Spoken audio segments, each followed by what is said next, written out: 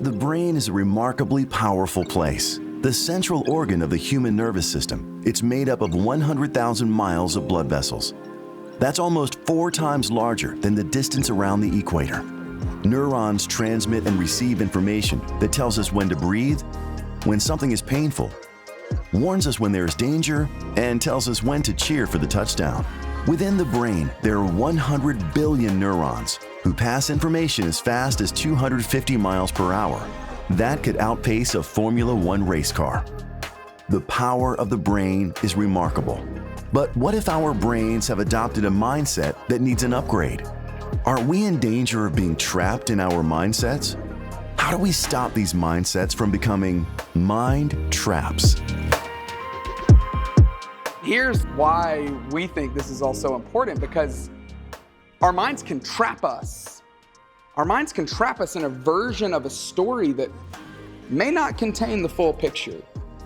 And so in this series called Mind Traps, we're talking about these mindsets that have the potential to become mind traps for all of us.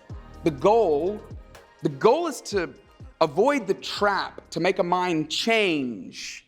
That's my hope for you as well as myself. And so in this session, we're talking about the all or nothing trap. The pathway to this trap, it starts with viewing life, or really even our circumstances, our situations, as a pass or a fail, with no options or choices that exist in between. The trap comes from the narrative that we attach to those choices in life. And so let me give you a couple of examples. But this week, instead of just giving you a few generic scenarios, I'm actually going to give you a few that happen in my own mind, because I, just like any one of us, I am quite susceptible to the all or nothing trap. A large part of my job as a pastor, it involves speaking to groups of people. And as you might imagine, this involves a lot of preparation. It starts with me just staring at a blank piece of paper, or in my case, a blank screen, and then putting words together for a talk like this. It involves thinking of ways to make principles from Scripture practical for those who would hear. And then there comes this moment. There comes this moment to present the content. In the church world, we call this a sermon. After delivering a sermon to a group of people, I often will have thoughts like, wow, people didn't seem to be nodding in agreement like they may have done in the past. Or I didn't seem to get a lot of encouragement after this particular message, like sometimes happens. And then the spiral begins. Like that message was just a total bomb. I'm a failure as a communicator. I'm a sham. No one wants to hear me speak. Great, now I've got to go find my LinkedIn password so that I can find another profession. Have you ever found yourself maybe not thinking these specific thoughts, but thoughts like this in your own context? Something happens, and then our minds interpret the events in an extreme way. Our minds, we start predicting or projecting the future in the light of our own interpretation. And we do this in extremes. We use words like always or never. Thoughts like you'll never be able to rebound from this. They'll always see you as a failure. That is the all or nothing trap. It's the tendency to think in terms of polar opposites without accepting the possibility that lies between these two extremes. The all or nothing mentality says that there are really only two options for me, and since I'm clearly not this, I must be that. Since I didn't succeed, I must be worthless. Since I didn't make the right choice, I must be a terrible human. Since she didn't call me back after our first date, I'm never going to get married. Since I lost the account, I'll never get the promotion. Since I blew the diet, I'll never lose weight. And that's the thinking that gets us caught in the all or nothing mind trap. It starts with this dichotomous way of thinking. And the problem is where it leads. It leads to undue stress in our lives. It leads to unfairly judging other people around us.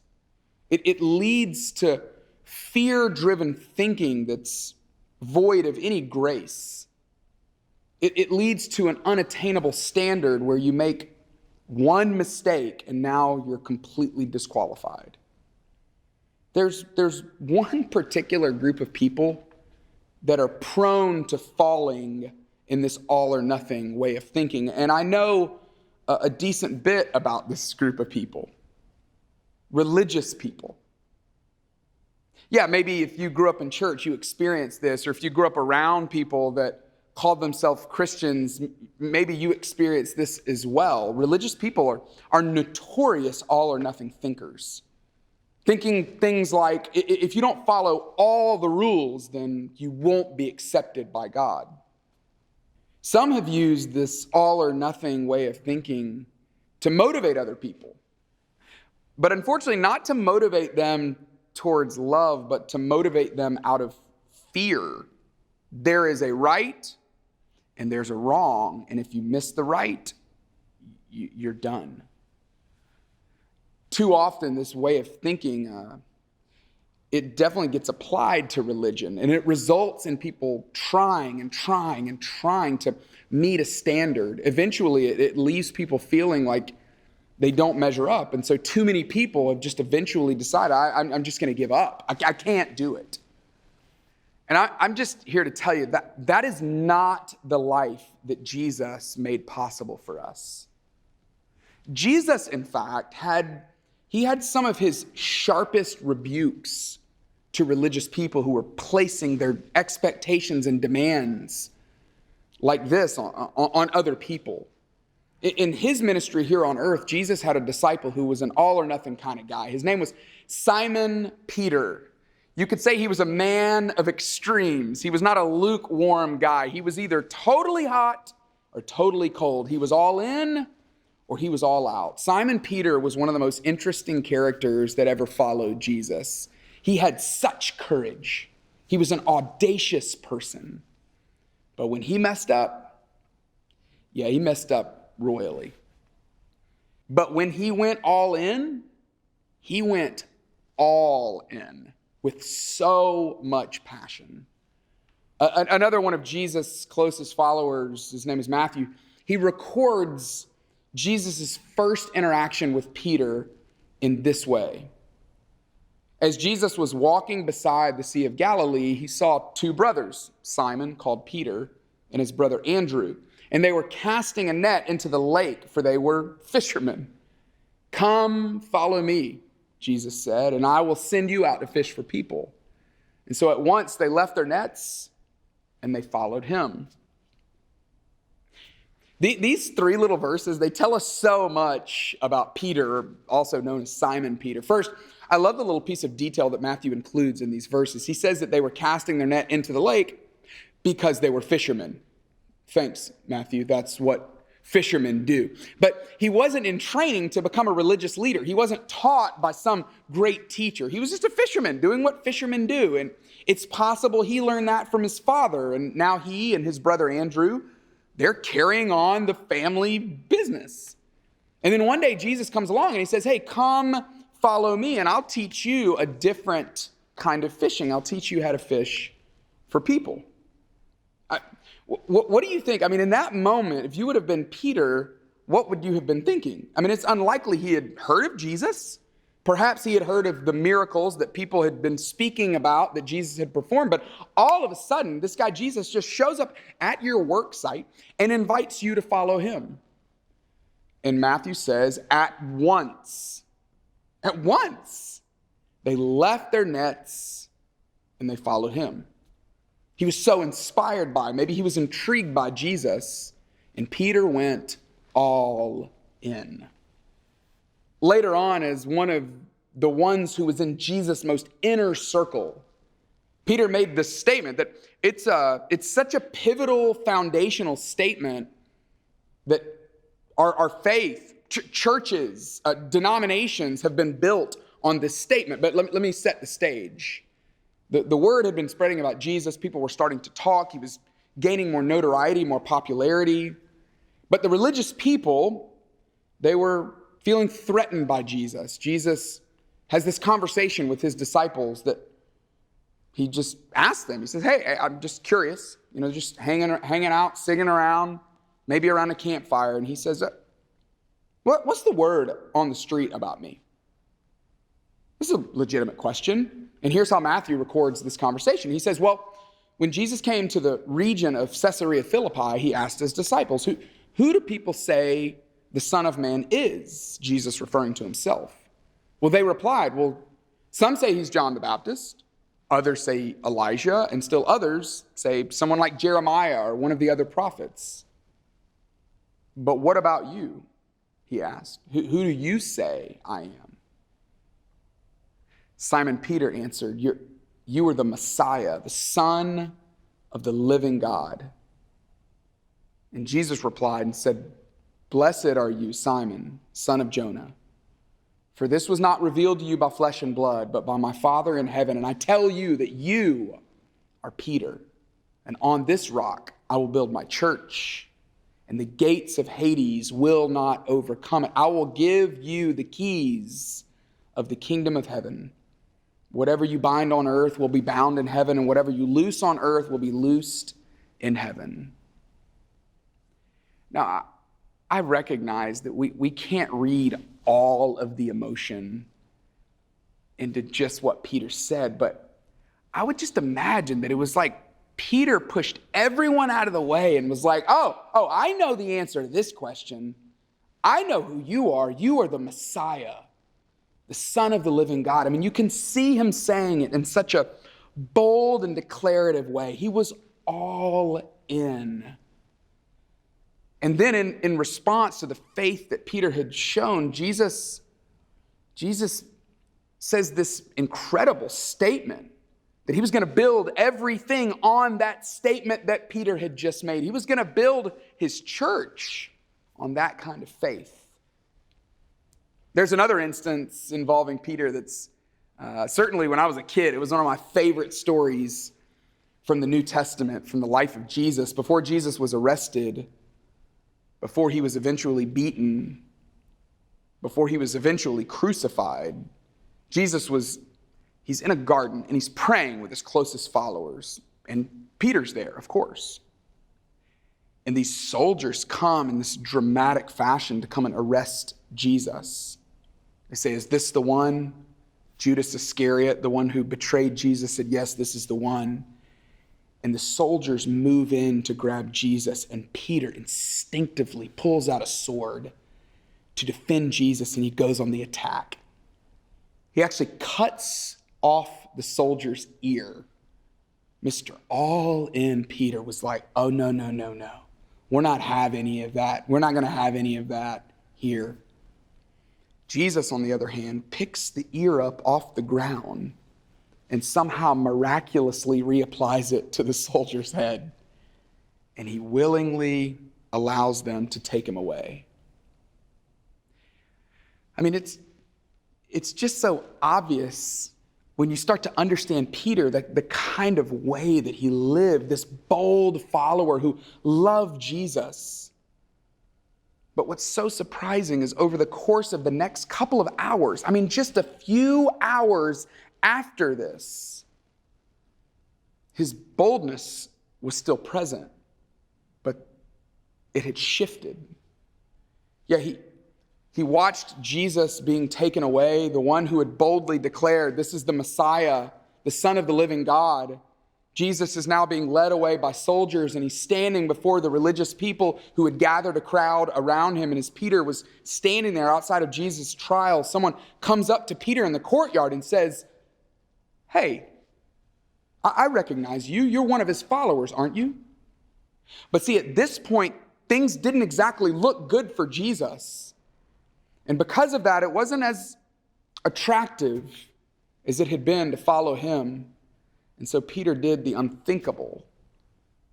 He went from cutting someone's ear off to denying that he even knew Jesus. Another person comes up to Peter, another servant who was there just providing a service to this court, says, I've seen you before. Weren't you with Jesus? And he says, oh, no, that you got the wrong person. Absolutely not. I was definitely not with him. A third person actually comes up to Peter a few minutes later and says, no, I hear it in your accent.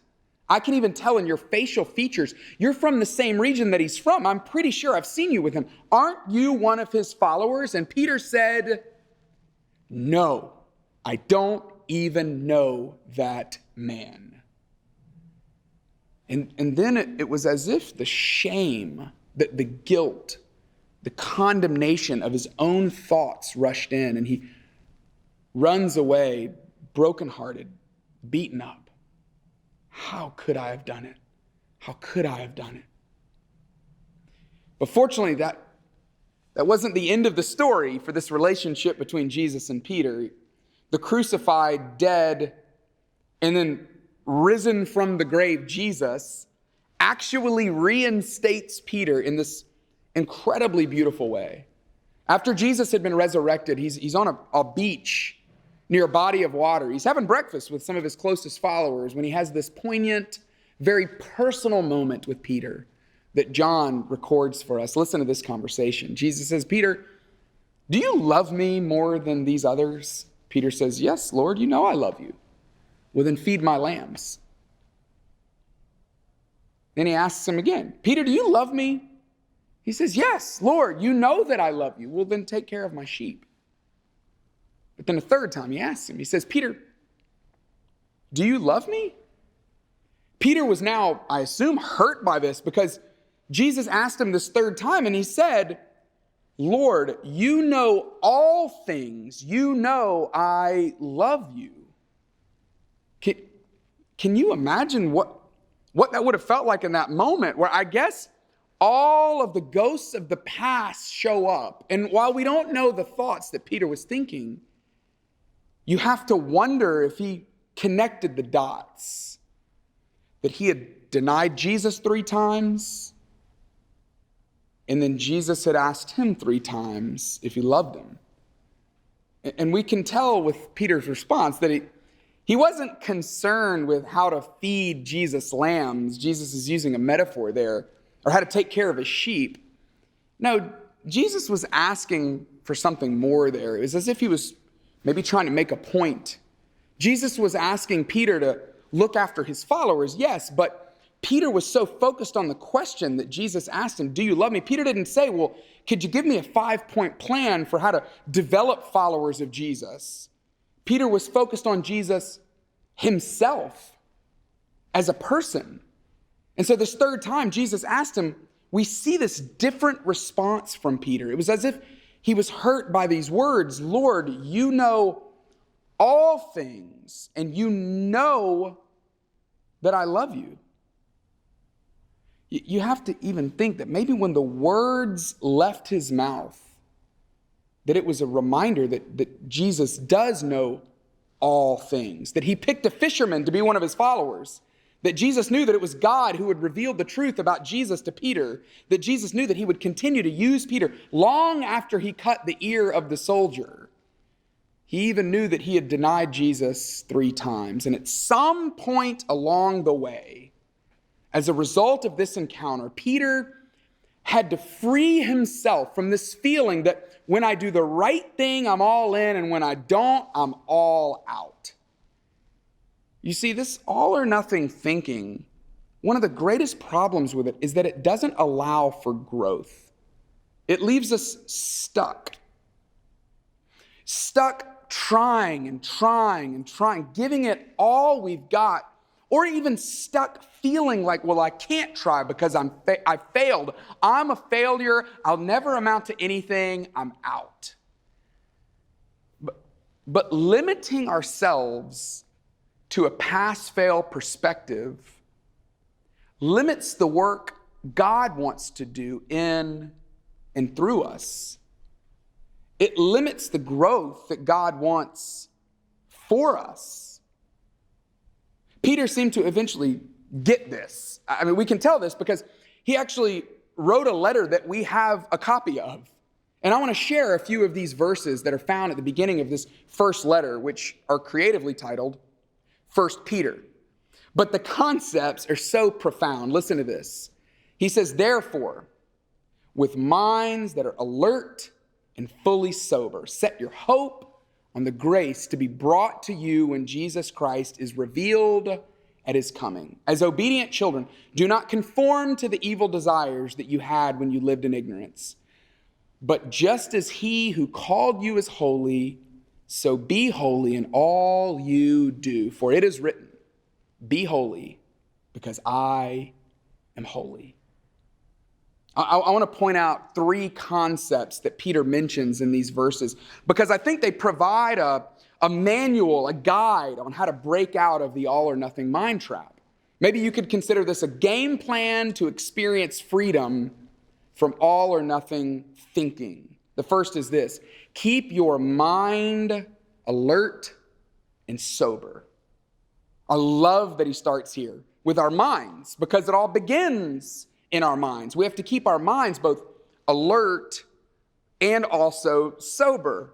What does it mean? What does it mean to you to have a mind that is fully alert and fully sober?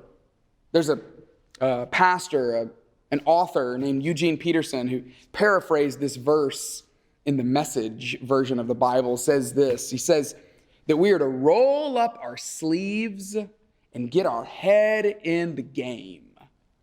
You know what it's like when your head is not in something.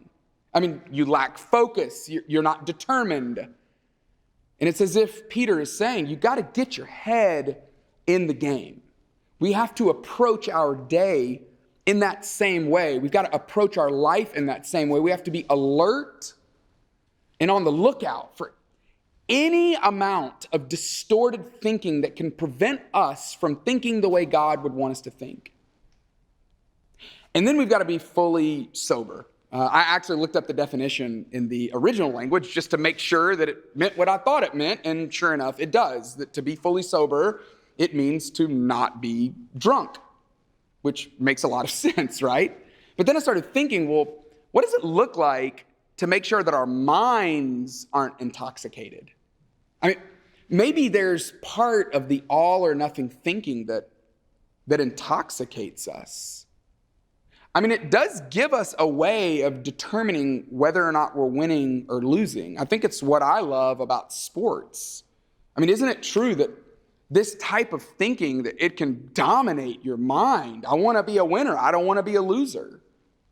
But it also leaves us numb to other things.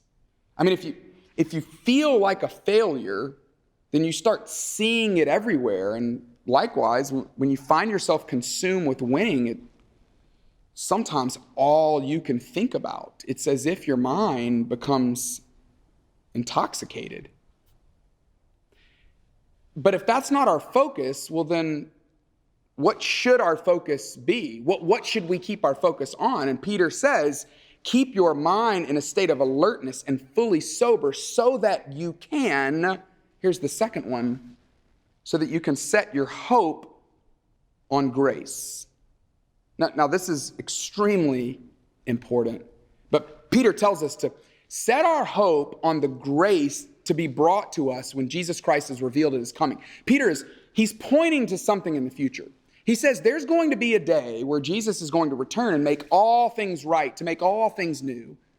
As a follower of Jesus, I'm telling you, I just take Jesus at his word when he says that he will return again. And he also says that we're going to give an account for what we did with our life. Peter says in that moment, what we're going to be depending on is grace. He says his hope is set on grace. Grace that if you tried to add up all the good, that we're not sure if it would outweigh all the bad. And so grace is getting that thing that you didn't deserve. It's not getting what you did deserve. Grace is getting the mercy that's been given to you. Grace is God's way of making things right. Grace is Jesus. Jesus went to the cross to pay for our sin, and his resurrection from the dead really changes everything. Because when we put our faith in him, this new life is made possible for us. This new life that he's won for us, that we don't have to earn it, that we can just receive it. That's grace. And Peter says that the only way I know to make it out of this all or nothing trap is to depend on grace, is to set my hope on grace. And when we're consumed by that kind of grace, it allows us not only to receive it, but it allows us to extend it to those around us, including ourselves at times. That all or nothing thinking, it just enslaves us in our performance. But God's grace frees us from that. We begin to see ourselves in light of the grace that Jesus makes possible for us. And then Peter ends this section of this letter by essentially telling us to focus on growth. His exact words are about holiness. And holiness is challenging, maybe even a little hard to understand. He says, hey, as obedient children, don't conform to these evil desires that you had when you lived in ignorance. And you may wonder, well, what evil desire is he referring to? Well, here's some that he might have been referring to. Anytime we wish something for someone else that's not healthy or good for them. Anytime we have a negative thought about ourselves.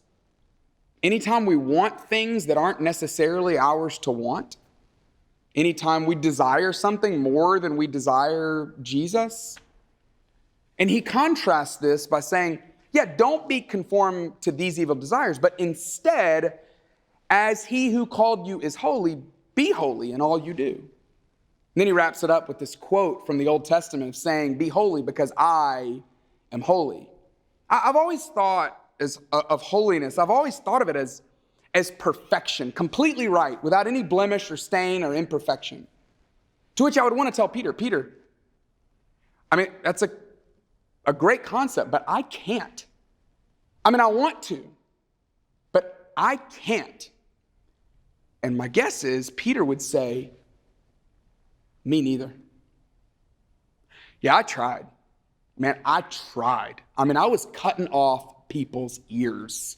I was trying so hard, but I just couldn't. So then what do we do with this command? Oh, hey, go be holy. But this isn't to determine whether or not we're in or whether or not we're out. No, grace covers that. This is because holiness is just God's way, and God's way is the best way. And so don't make holiness the goal. I wonder if holiness should be the guardrails. No, don't make holiness the destination. It seems that holiness is the journey. That as you set your eyes, set your heart, and set your hope on grace, that maybe holiness would be what propels you along the way. Yeah, that way, not this way. This way, not that way. That we would focus on growth. That we would focus on God. And maybe our prayer could sound something like this. God, I want you to make me a better person tomorrow than I am today. Not so that you'll love me more. Not so that I could get counted in. No, because it's just your way, and your way is just better. You've already called me your son. You've already called me your daughter. So keep moving me along on the road of holiness. Let it be the guardrails, not the goal. I'm just telling you, I think that's part of how we break out of this all or nothing thinking, is to keep our minds alert and sober, to set our hopes and to set our heart on grace, and to focus on growth. That I'm not where I want to be, but I'm not where I once was. And let holiness lead you to grow. I just know when I can get my mind to a place where it is alert and sober, when my hope is set on God's grace, and when I'm focusing on growth, allowing God's holiness to be the guardrail, you want to know what it does to my all or nothing thinking? It removes its power over me. I mean, maybe I had a poor performance on a stage, or maybe I wasn't as good as some other preacher. But that's okay. I can get better. I can grow from it. My mind, my hope, my focus is set elsewhere.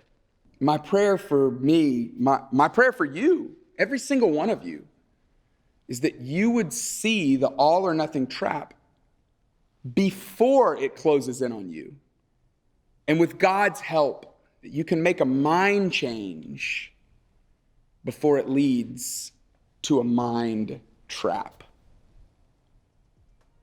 And just like in our last sessions, we've created a few questions to help you consider any mindset adjustments that you may realize that you need to make going forward. And our suggestion is to carve out some time to consider if you've been caught up in the all or nothing mindset. This mind map exercise that we've provided is a simple way filled with some steps on how to move forward in establishing this new mindset. And our hope is that this resource would be helpful and that it would lead you to experiencing greater freedom in God in your life and also in your future.